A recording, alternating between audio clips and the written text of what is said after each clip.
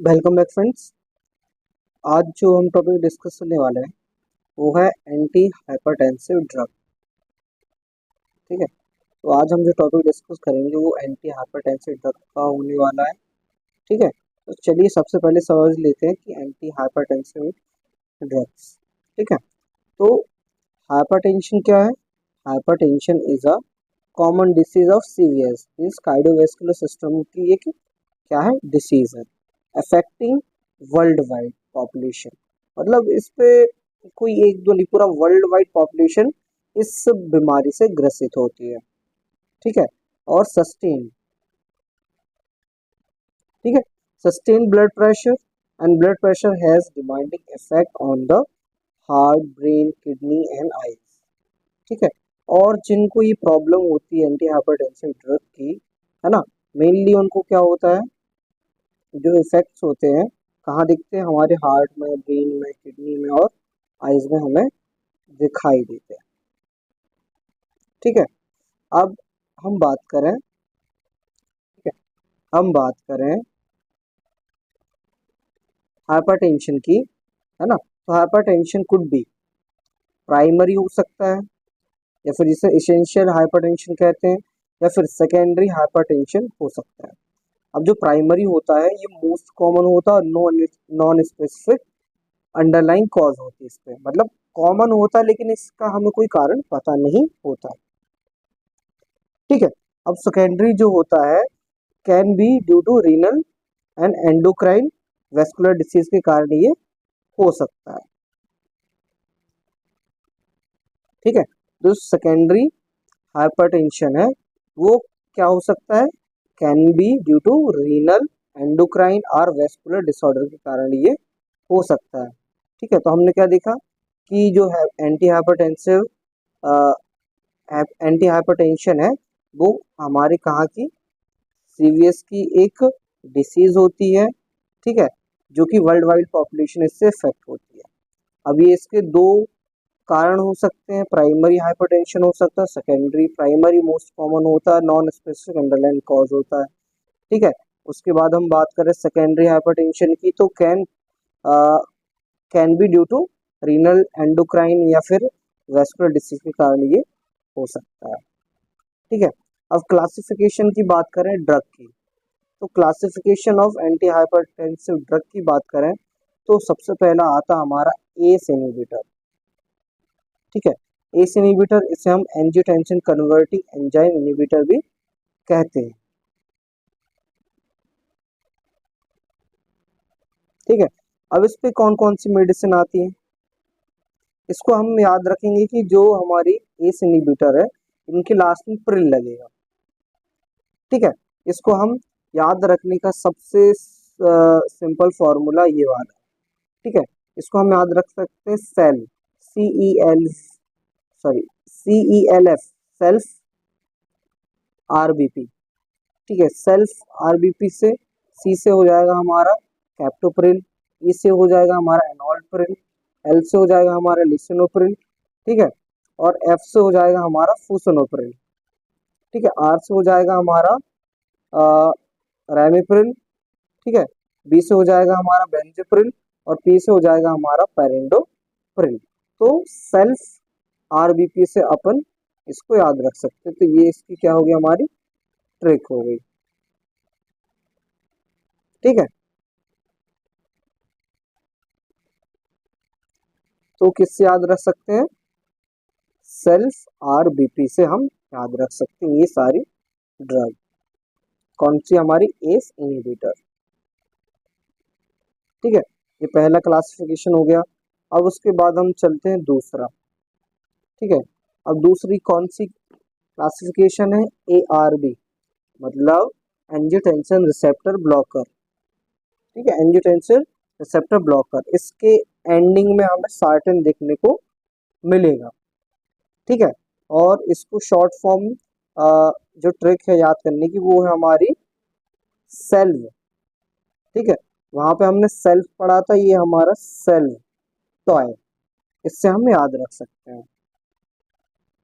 ठीक है, सी से हमारा आ जाएगा कैंडिसार्टिन, ई से आ जाएगा हमारा इप्रोसार्टिन, एल से आ जाएगा हमारा लोसार्टेन, ठीक है। वी से आ जाएगा हमारा वॉलसार्टेन, ठीक है। टी से हमारा टेलमिसार्टेन, ओ से ऑलमिसार्टेन और आई से आइब्रिसार्टेन। तो ये इसका याद रखने का शॉर्ट फॉर्म हो गया, ठीक है। अब नेक्स्ट चले, डी आर आई, मतलब ये हमारी जो होती है इस पे एक ही ड्रग आती है, डायरेक्ट रेनिंग इनहिबिटर। इस पे हमारी आती है एलिस कायरिन, ठीक है। एलिस कायरिन आती है, एक ही ड्रग होती है। देन उसके बाद हम आ जाते हैं कैल्शियम चैनल ब्लॉकर्स। जो हमारा कैल्शियम चैनल ब्लॉकर है, जिसे हम सीसीबीबी बोलते हैं, इसके एंड में हमारे डिपिन लगता है, ठीक है। डिपिन लगता है और इसको याद करने का जो शॉर्ट फॉर्म है वो ये है नीवी, सॉरी नवी, NAVI, नवी, FVNC, ठीक है। नवी FVNC से हम याद रख सकते हैं। एन से हमारा आ जाएगा निकार्डिपिन पहला, ए से आ जाएगा हमारा एम्लोडिपिन, वी से आ जाएगा हमारा वेरापामिल, ठीक है। उसके बाद आई से आ जाएगा हमारा इसराडिपिन, ठीक है। एफ से आ जाएगा हमारा फैलोडिपिन, बी से आ जाएगा हमारा बेनिडिपिन, ठीक है। एन से आ जाएगा हमारा, एन से आ जाएगा हाँ नाइफ डिपिन, और सी से आ जाएगा हमारा क्लिंडिडिपिन, ठीक है। और यदि इसको अ, इस शॉर्ट फॉर्म से याद नहीं रख पा रहे हैं तो हमें क्या याद रखना कि डिपिन लास्ट में लगता है, तो हम कहाँ से पढ़ेंगे, वेरापामिन, नाइफ डिपिन, एम्लोडिपिन, क्लिंडिडिपिन, ठीक है, निकार्डिपिन, ठीक है, बेनिडिपिन, इसार्डिपिन, फैलोडिपिन, लेसिडिपिन और लेसिनिडिपिन से अपन इसको याद रख सकते हैं, ठीक है। चाहे तो आप नबी FVNC से याद रख सकते हैं या फिर इसको ऐसे ही याद रख सकते हैं, ठीक है। अब उसके बाद हम आ जाते हैं हमारी नेक्स्ट ड्रग पे, वो होगा हमारी डायरेटिक्स। डायरेटिक्स जो होती है इस पे दो होती हैं, एक होती है हमारी थाइजाइड डायरेटिक्स। थाइजाइड डायरेटिक्स में कौन कौन सी ड्रग आती है, इस पे आती है हमारी हाइड्रोक्लोरोथाइजाइड, क्लोरथाइजाइड, है ना, इंडिपामाइड हो गई, और हमारी क्लोरथैलिडॉन हो गई, ये हमारी ड्रग होगी, ठीक है। अब दूसरा होता है हमारा,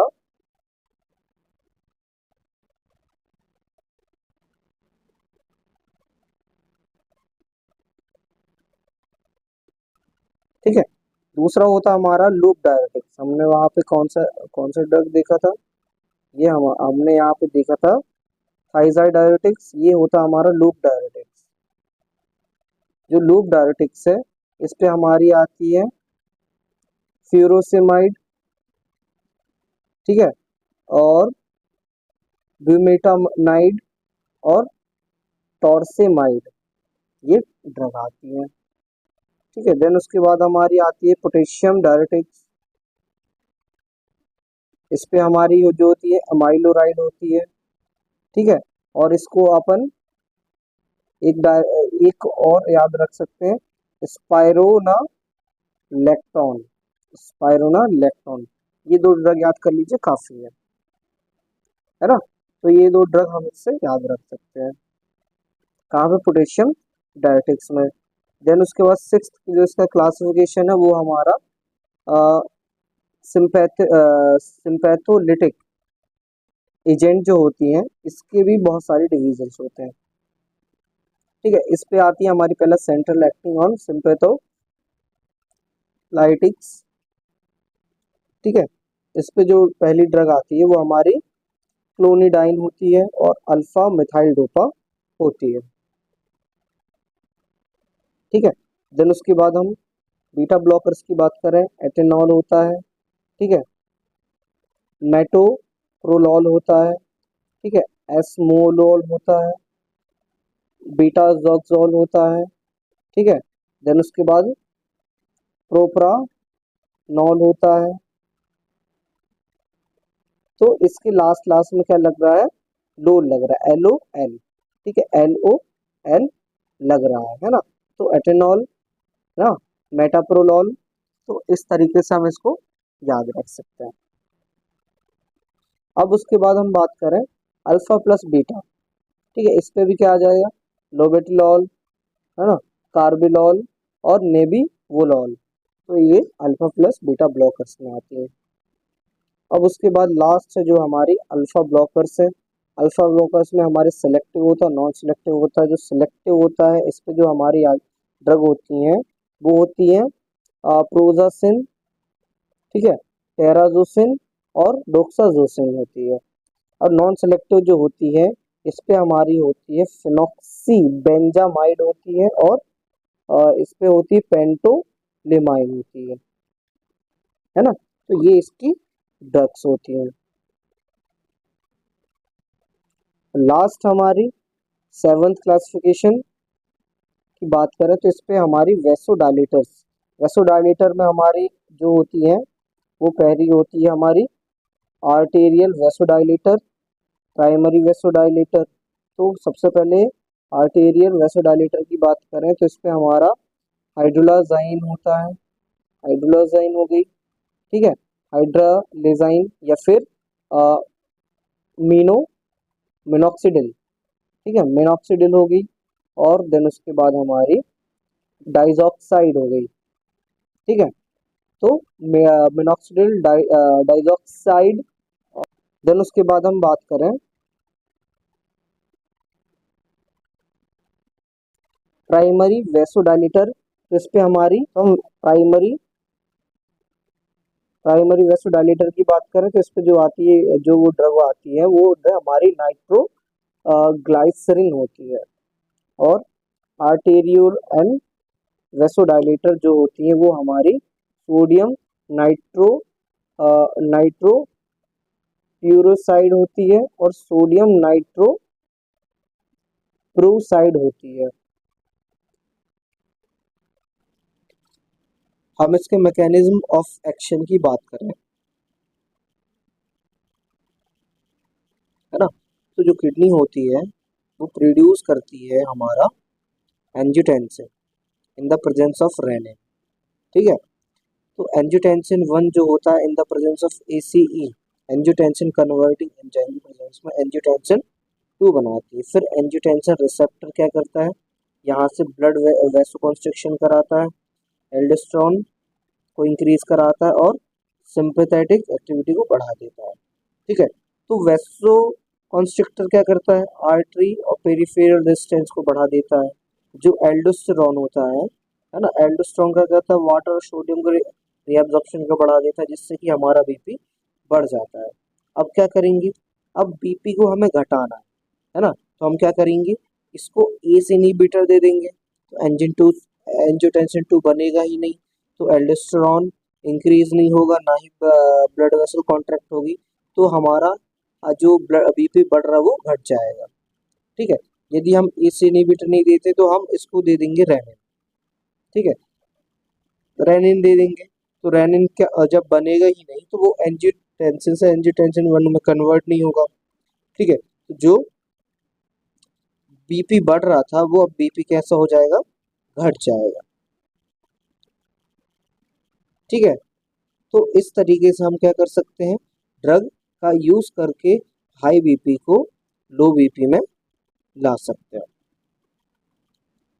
ठीक है।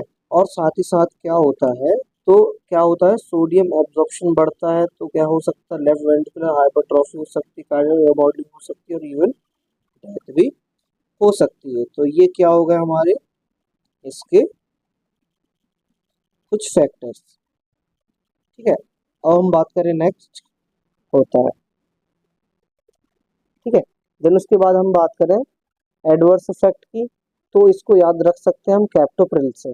सी से कफ, ए से हमारा एंजियोडीमा होता है, ठीक है, पी से हमारा प्रोटीन यूरिया होता है, टी से हमारा टेस्ट सेंसेशन लॉस हो जाता है, ठीक है, और से ऑर्थोस्टैटिक हाइपोटेंशन हो सकता है, पी से हमारा प्रेगनेंसी में कॉन्ट्राइंडिकेटेड है, ठीक है, और आर से हमारा होता है रीनल आर्टेरियल स्टेनोसिस, और आई से इंक्रीज पोटेशियम हो गया, और एल से हमारा lower risk of diabetic nephropathy. तो ये इसके क्या होते हैं, हमारे साइड इफेक्ट होते हैं या एडवर्स इफेक्ट, है ना, एडवर्स इफेक्ट कहेंगे।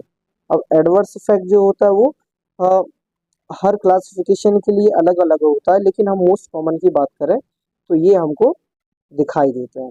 तो एडवर्स इफेक्ट में आप क्या कर सकते हैं, ये कैप्टोप्रिल से इसको याद रख सकते हैं, बाकी सबके स्पेसिफिक अलग अलग है, आप चाहे तो इनको पढ़ सकते हैं। ठीक है, लास्ट में हम बात करें, ये तो हमने देख लिया कि कौन सी ड्रग लेनी है हमें यदि हमें क्या करना है, हाइपरटेंशन वाली बीमारी होती है तो। ठीक है, यदि हम इसको नेचुरल तरीके से ठीक करना चाहें, ट्रीटमेंट ऑफ हाइपरटेंशन, तो नॉन फार्मास्यूटिकल यानी कि बिना मेडिसिन के यदि हमें हाइपरटेंशन को ठीक करना है, हेल्प टू कंट्रोल हाइपरटेंशन, तो हमें क्या करना पड़ेगा, वेट लॉस करना पड़ेगा। ठीक है, क्या करना पड़ेगा, सोडियम रिस्ट्रिक्शन करनी पड़ेगी, मतलब ज़्यादा नमक वगैरह नहीं खाना चाहिए हमें। फिर अल्कोहल कंजप्शन बंद करना पड़ेगा, एक्सरसाइज करना पड़ेगा। ठीक है, मेंटल रिलैक्स करना, मतलब मेंटली हमें क्या होना पड़ेगा, रिलैक्स होना पड़ेगा। और consumption of potassium and rich diet इसको बढ़ानी पड़ेगी। तो इस तरीके से हम नॉन फार्मास्यूटिकल मतलब बिना ड्रग लिए भी हम हाइपरटेंशन को क्या कर सकते हैं, कंट्रोल कर सकते हैं। ठीक है, तो इसको हम एक बार रिकैप करें तो हाइपरटेंशन क्या हो, एक कार्डियोवैस्कुलर डिसीज है, प्राइमरी सेकेंडरी दो कारण से हो सकती। क्लासिफिकेशन यार एस इनहिबिटर हो गया हमारे, देन उसके बाद हमारा ARBS एंजियोटेंसिन रिसेप्टर, फिर DRI हो गया, फिर CCB कैल्शियम चैनल ब्लॉकर, फिर डायरेटिक्स में थाइजाइड डायरेटिक्स और लूप डायरेटिक्स, पोटेशियम डायरेटिक्स की बात कर ली। सिंपैथेटिक में हमारी centrally acting beta blocker, alpha blocker plus beta blocker और अल्फा ब्लॉकर्स। वेसोडाइलेटर में आर्टरी वेसोडाइलेटर, प्राइमरी वेसोडाइलेटर और एट्रियोलर एंड वेसोडाइलेटर। ठीक है, मैकेनिज्म एक्शन में एंजियोटेंशन 1 से एंजियोटेंशन 2, फिर वो एंजियोटेंशन रिसेप्टर में जाकर हमारा एल्डोस्टेरोन इंक्रीज करता है, जिससे कि सोडियम और पानी का एब्जॉर्प्शन बढ़ता है, ब्लड प्रेशर बढ़ जाता है। ठीक है, और वैसो कॉन्स्ट्रिक्शन कराता है, जिससे कि पेरिफेरल रेजिस्टेंस बढ़ जाता है और BP बढ़ जाता है। ठीक है, हमने एडवर्स इफेक्ट की बात की, cough, angioedema, proteinuria, taste sensation loss हो जाना, ऑर्थोस्टैटिक हाइपरटेंशन हो जाना, प्रेगनेंसी में contraindication, renal artery stenosis, increase potassium और low risk of diabetic neuropathy. ठीक है, और क्या ट्रीटमेंट है नॉन फार्मास्यूटिकल में, कि हमें वेट कम करना पड़ेगा, है ना, और क्या करें, सोडियम रिस्ट्रिक्शन करनी पड़ेगी, कम नमक खाना पड़ेगा, और उसके बाद अल्कोहल बंद करनी पड़ेगी, डेली एक्सरसाइज करनी पड़ेगी, माइंड को रिलैक्स करना पड़ेगा, कंजप्शन ऑफ पोटेशियम और रिच डाइट को बढ़ाना पड़ेगा। तो इस तरीके से हम हाइपरटेंशन या फिर जो हमारी BP की प्रॉब्लम है इसको हम ठीक कर सकते हैं। तो this is all about anti hypertension. Hope ये वीडियो आपको इन्फॉर्मेटिव लगी हो। इस वीडियो को ज़्यादा से ज़्यादा लाइक, कमेंट और चैनल को सब्सक्राइब करें। मिलते हैं नेक्स्ट वीडियो पर, तब तक के लिए धन्यवाद।